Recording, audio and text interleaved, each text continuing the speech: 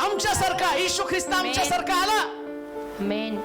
तो जो ग्लास फिरवायचा होता ना, तो आमच्याकडे होता, मरण आमच्याकडे होतं, त्यानं फिरवलं कालवरीवरती. हालेलुया.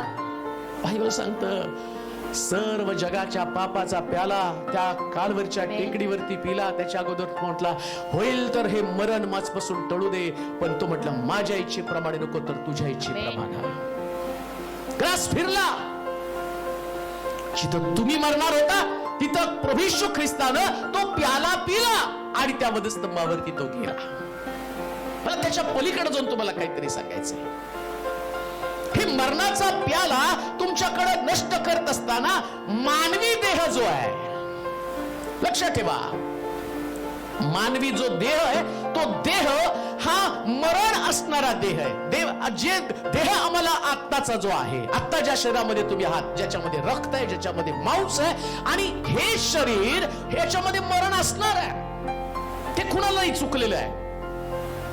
येशू सुद्धा मेला वधस्तंभावरती, क्रुसावरती मेला, पण मानव म्हणून तो मेला. प्रत्येक व्यक्तीला मरण आहे.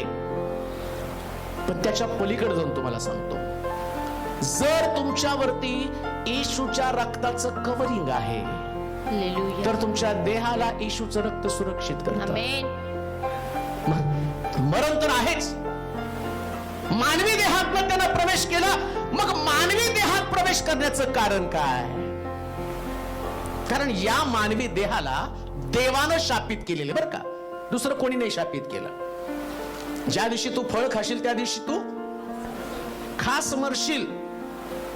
फळ खाल्ल्यामुळं आमच्यामध्ये मरण आलं. बायबल सांगतं आज्ञा मोडल्यामुळं मानवामध्ये मरण आलं. आता मरण येत असताना मी तुम्हाला सांगितलं मरणाची एक शक्ती आहे, ताकद आहे, आणि मरणाला ही मरणाची ताकद सैतानाकडे आहे. वाचलं ना मी?